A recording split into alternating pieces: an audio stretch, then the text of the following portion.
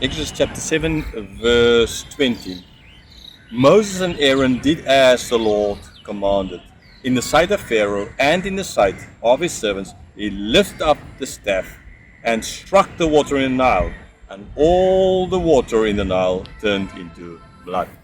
So again, this is not the Nile. This is just a big pond, but guys, it looks like a river. So again, it's not a river.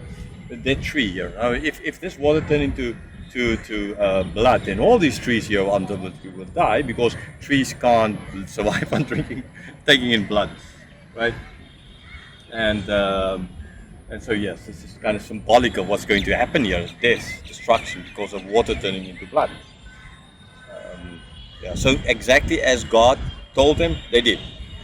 Unlike again, I mentioned Adam before, Adam and Eve there in the Garden of Eden. So in the sight of Pharaoh, they did as God said. They lifted up the staff, they struck the waters. Imagine me striking the water now, and the water turned, as God said, into blood. Verse 21. And the fish in the Nile died, and the Nile stank, so that the Egyptians could not drink water from the Nile. There was blood throughout all the land of Egypt. So again, striking the blood after the river, the Nile, all turned into blood. Water everywhere, as God said, turned into the blood. It stank. Okay, and the fish died. Right. So what came first? The stank was water and turning into blood, or ultimately the fish dying? But all of this would be the fish dying is mentioned first. So it would have taken a little bit of time for the fish dying to give up this kind of stench, but the water turning into blood is sure already as well going to give that iron kind of smell to everything, and then all of the death that comes with it.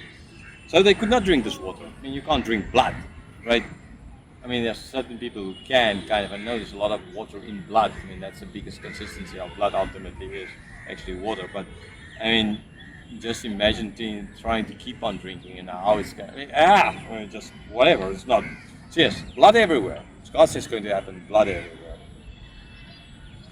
Exodus chapter 7, verse 22. But the magicians of Egypt did the same by their secret arts. So Pharaoh's heart remained hardened, and he would not listen to them, as the Lord had said.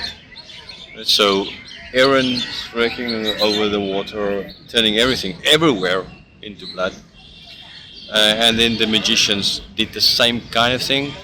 Now, I mean, let's face it, how, we need to ask how they did it. Where did they find water to turn into blood if Aaron already turned all the water into blood? Now, I don't know if they had to dig into the soil like the people are going to do to try and find water that is not, or some other way. There's some other water somewhere that they could turn. We don't exactly again know, but sure they could not turn. It's not a question of Aaron turning all the water into blood, or God through Aaron doing it and then turning it back immediately. It stayed blood. But in some other way they got something, water from somewhere that they most likely was not water, right? Because it would have been already blood, but looked maybe like water, and then they turned this into, because this is kind of part of their dark arts kind of idea. But they could not have turned all the water into blood because all the water was already blood. But since they could do something similar, sure on a much smaller scale, Pharaoh again did not listen. No, I mean, gee whiz, this kind of scale that Aaron did it, like God through Aaron.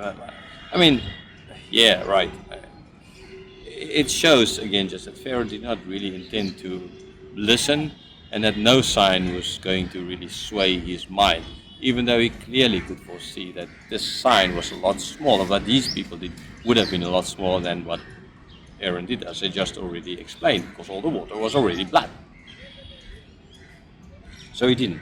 As God said, his heart remained hardened. Did God have to harden his heart? No, he could see the difference in miracle that is happening here, and it did not sway him at all. Like in the previous example, he could see the difference in Aaron, the snake, Aaron's the snake, Aaron's rod, eating all the other snakes.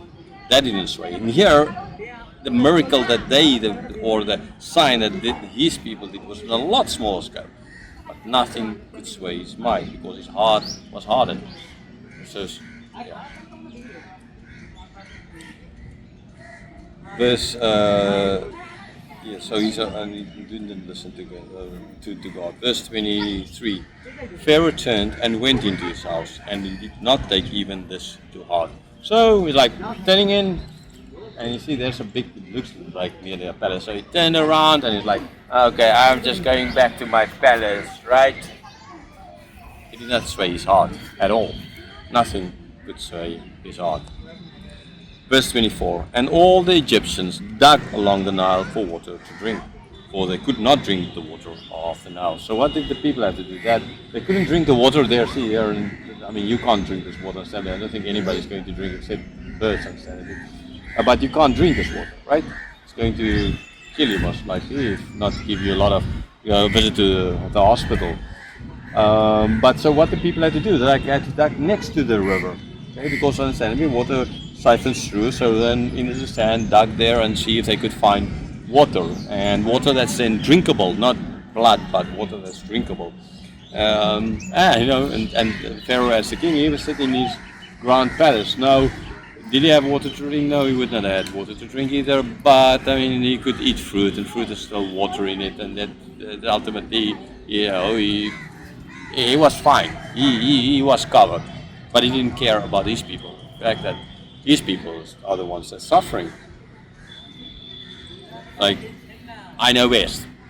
No care. Verse 25. 7 full days passed after the Lord had struck the Nile. Okay, so this will lead into the next chapter.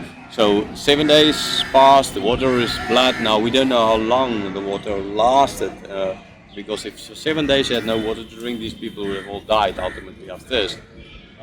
Although again I say there was some food that they could eat where you can kind of get water depending on types of fruits and stuff like that, but you need water ultimately, and you can't just keep on eating, except if you eat celery, watermelon maybe, but yes, summertime they're going to, so it's just a fact mentioned here. But 7, the next episode is going to happen 7 the whole week later, and all that time, for how long ever, they was trying to get water, to search for water, to survive for that whole week.